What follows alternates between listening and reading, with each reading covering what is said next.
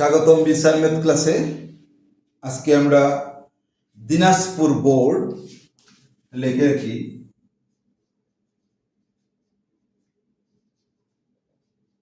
Dinajpur board 25 সালে, দিনাজপুর বোর্ডের 25 সালে ত্রিকোণমিতি সৃজনশীলে কতে যে অঙ্কটি আসছে সেই অঙ্কটি আমরা বোর্ডে লিখে রেখেছি এবং এটার আমরা আজকে সমাধান দেব। তাহলে প্রশ্নটা আগে পড়ি। 12 10 এ মানে এ জায়গায় থিটা হতে পারে, এ হতে পারে, বি হতে পারে, আলফা হতে পারে, গামা হতে যাই থাকতে পারে। এ 5 হলে সাইনে কসের মান নির্ণয় করো। এটা দুইটা নিয়মে অঙ্কটি করা যায়। একটা হলো সমকোণী ত্রিভুজের চিত্রের মাধ্যমে অঙ্কটি সমাধান করা যাবে, আবার চিত্র ছাড়াও অঙ্কটি সমাধান করা যাবে। চিত্র দিয়ে অঙ্কটি একটু তুলনামূলক সহজ হয়, আর চিত্র ছাড়া হলে সূত্রগুলো একটু মনে রাখতে হয়, একটু বড় হবে। কিন্তু যদি কেউ সূত্র ভালো জানো ওইটা করতে পারো, বা সূত্র যদি মনে রাখতে পারো, নতুবা সমকোণী ত্রিভুজ দিয়ে অঙ্কটা করা আমার মনে হয় সুবিধাজনক। দেখো, আমরা সমকোণী ত্রিভুজের চিত্রটি অঙ্কন করলাম। এ বি সি একটি সমকোণী ত্রিভুজ। এখানে আমাদের 10A আছে। এটা যে আমরা কোণ ধরবো, সন্নিহিত কোণ যেটা হবে, অর্থাৎ সূক্ষ্মকোণ, সমকোণের পরে যেটা সূক্ষ্মকোণ আমরা লিখবো। এখানে 10 এর সাথে যে এ আছে, এটা আমরা সূক্ষ্মকোণের জায়গায় বসাবো। যদি এখানে 10C থাকতো তাহলে সিটা এই জায়গায় বসাইতাম। যদি 10B থাকতো তাহলে এই সূক্ষ্মকোণের জায়গায় আমরা বিটা বসাইতাম। 10 এর সাথে তোমরা খেয়াল করবা, ত্রিভুজ অঙ্কন করার সময় ট্যান থাকুক, সাইন থাকুক, কস থাকুক, যাই থাকুক, এর সাথে যদি বি থাকে তাহলে বিটা কোণের মধ্যে বসাবে, এ থাকলে এটা এই কোণের সূক্ষ্মকোণের মধ্যে বসাবে, সি থাকলে সিটা সূক্ষ্মকোণের মধ্যে বসাবে। আর যদি সমকোণ উল্লেখ থাকে, এইটা সমকোণ, তাহলে সমকোণের মধ্যে যে অক্ষরটি উল্লেখ থাকবে সেই অক্ষরটি সমকোণে বসাবে। যেহেতু এখানে কোনো কিছু উল্লেখ নেই, আমি নিজের থেকে বসাইছি, তাহলে আমি সিটাও সমকোণে দিতে পারবো, বিটা এখানে দিতে পারবো, কিন্তু এটা অবশ্যই সূক্ষ্মকোণের জায়গায় বসাতে হবে। এই এটা। তাহলে আমরা প্রথমে কি লিখবো? প্রথমে লিখবো, দেওয়া আছে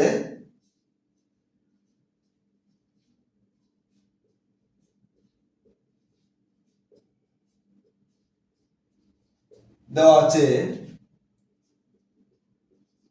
12 10A ইকুয়াল 5, বা 10A ইকুয়াল 5/12। আচ্ছা, আমরা ত্রিকোণমিতি অনুপাতে জানি 10 হলো লম্ব বাই ভূমি। 10টা কি? লম্ব বাই ভূমি। তাহলে 10 যদি লম্ব বাই ভূমি হয়, 10 হলো 10 থিটা হলো লম্ব বাই ভূমি, অর্থাৎ বিপরীত বাহু বাই সন্নিহিত বাহু। বিপরীত বাহু কি? সূক্ষ্মকোণের বিপরীতে যে বাহুটা সেটা হলো বিপরীত বাহু, আবার এটার নাম হলো লম্ব। সূক্ষ্মকোণের বিপরীতে যে বাহুটা থাকে সেই বাহুটা হলো লম্ব, আর সমকোণের বিপরীতে যে বাহুটা থাকে সেই বাহুটা হলো অতিভুজ। তাহলে লম্ব আর অতিভুজ পেয়ে গেছি, যার অবশিষ্ট যে বাহুটা সেই বাহুটা অবশ্যই ভূমি, অথবা এটাকে বলা হয় সন্নিহিত বাহু। অতিভুজ যার সাথে সূক্ষ্মকোণ তৈরি করবে সেটাই হবে সাধারণত ভূমি। অতিভুজ এই বাহুটার সাথে কোণ তৈরি করছে, সূক্ষ্মকোণ তৈরি করছে এই বাহুটার সাথে, তাহলে এই বাহুটা হবে ভূমি। আর এমনিতে মনে রাখো, সমকোণের বিপরীতে যে বাহুটা সেটা হলো অতিভুজ, কোণের বিপরীতে যে বাহুটা সেটা হলো লম্ব বা বিপরীত বাহু, আর অবশিষ্ট যে বাহুটা থাকবে সেটা সন্নিহিত বাহু বা ভূমি। তাহলে 10 হলো লম্ব বাই ভূমি, অর্থাৎ বিপরীত বাহু বাই সন্নিহিত বাহু। তাহলে বিপরীত বাহু কোনটা? এটা 5, সন্নিহিত বাহু 12। 5 থেকে এটা 5, এটা 12, তাহলে ভূমিটা একটু লম্ব থেকে তুলনামূলক একটু বড় করে দিবা, একটু বড় করে দিবা। আমার মনে হয় একটু বড় হয়েছে, আর একটু বড় হলে সুবিধা হইতো বা সুন্দর দেখা যেত। মানে এটা হলো 5 সেন্টিমিটার বা 5 মিটার যাই বলো, এটা 5, এটা বড়, তাহলে ভূমিটা একটু এটা হচ্ছে বড় আমরা নিব। তাহলে 10 আমরা পাইলাম 5/12। এখন আমরা সাইন কসেরও ত্রিকোণমিতিক অনুপাত আমরা জানি। সাইন হলো সাইন এ এর বিপরীতে বা সাইন থিটা আমরা লিখে রাখি। সাইন হচ্ছে লম্ব বাই অতিভুজ, লম্ব বাই অতিভুজ। কস থিটা হলো ভূমি বাই অতিভুজ, ভূমি বাই অতিভুজ। টেন হলো লম্ব বাই ভূমি, সাইন হলো লম্ব বাই অতিভুজ, কস হচ্ছে ভূমি বাই অতিভুজ। এটা হলো আমাদের ত্রিকোণমিতিক অনুপাতের সূত্র। তাহলে 10 হয়েছে 5/12, এই 12টা 5 এর নিচে নিয়ে আসছি আমরা। এটা লম্ব আর এটা হলো ভূমি, লম্বের জায়গায় 5, ভূমির জায়গায় এটা বসাচ্ছি আমরা। এখন যেহেতু সাইন আর কস বের করতে হবে, লম্বের মান আছে, ভূমির মান আছে, অতিভুজের মান নাই, এই অতিভুজ আছে, সাইন বের করতে হলে লম্ব বাই অতিভুজ লাগবে। তাহলে আমাকে এসির মান বের করতে হবে, অর্থাৎ পিথাগোরাসের যে সূত্রটি অতিভুজ স্কয়ার সমান ভূমি স্কয়ার যোগ লম্ব স্কয়ার, এটা দিয়ে আমরা এই মানটা বের করে নেব। তাহলে আমরা প্রথমে লিখব, মনে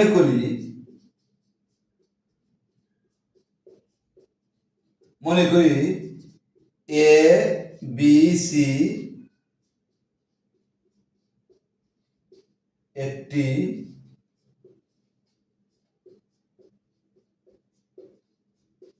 সমকোণী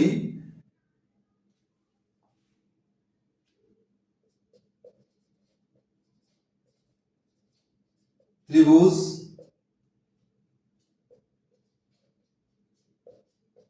যার বি কোণ সমান সমান 90 ডিগ্রি, অর্থাৎ এক সমকোণ। আর সন্নিহিত বাহু বলো বা বিপরীত বাহু বলো,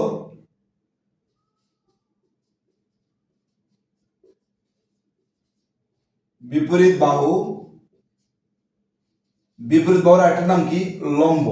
আমি ব্র্যাকেটে লম্ব লিখে রাখি। লম্ব হলো কত? বিসি সমান সমান 5। সন্নিহিত বাহু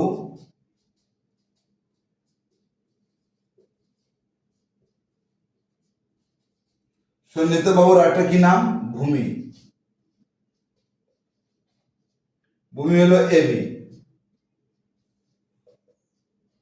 12। তাহলে আমরা সমকোণী ত্রিভুজে এবিসিডি সমকোণী ত্রিভুজ যার বি কোণ 90 ডিগ্রি, বিপরীত বাহু এটা, সন্নিহিত বাহু এটা, অতিভুজ হলো এসি, আমরা অতিভুজের মান বের করব। এবং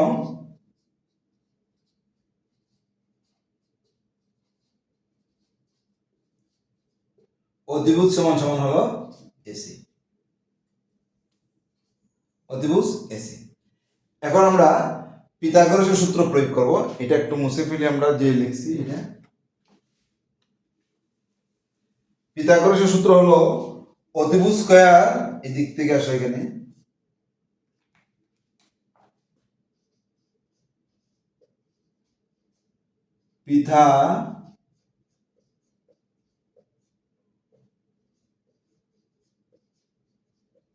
পিথাগোরাসের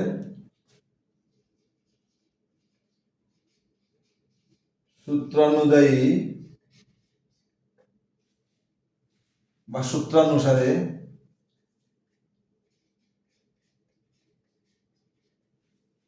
অতিভুজ স্কয়ার, মানে অতিভুজ মানে এসি, আমাকে এসি মান বের করতে হবে। অতিভুজ হলো এসি, এসি স্কয়ার সমান সমান এবি স্কয়ার যোগ বিসি স্কয়ার, বা এসি স্কয়ার, এবি মান কত? 12,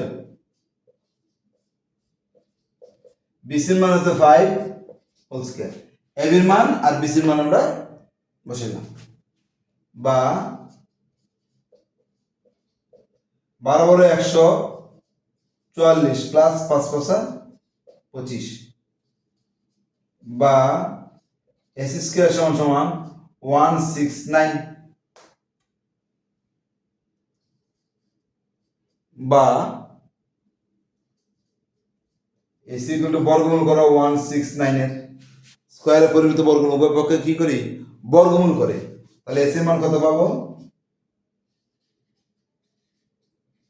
এসি ইকুয়াল টু 13। তাহলে আমরা এসি এর মান পাইছি 13। তাহলে পিথাগোরাসের সূত্র দিয়ে আমরা এসি এর মান বের করলাম কত? এই 13 পেলাম এসি এর মান।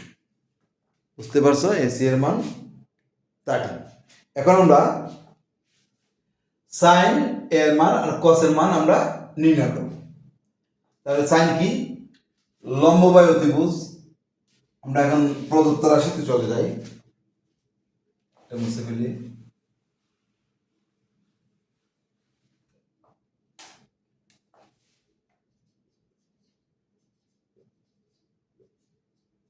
প্রদত্ত রাশি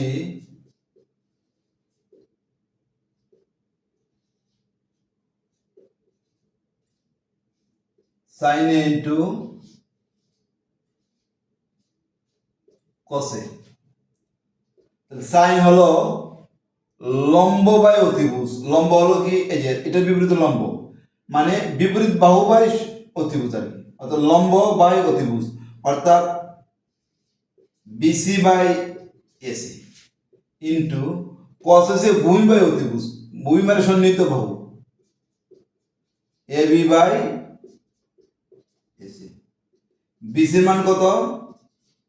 5। এসির মান 13 ইন্টু এ বির মান 12, এসির মান 13। 13 গুণ করলে 169, 5 গুণ করলে 5 বর্গ 60। এটাই হলো আমাদের এত এর মান। আমরা লিখব নির্ণয় মান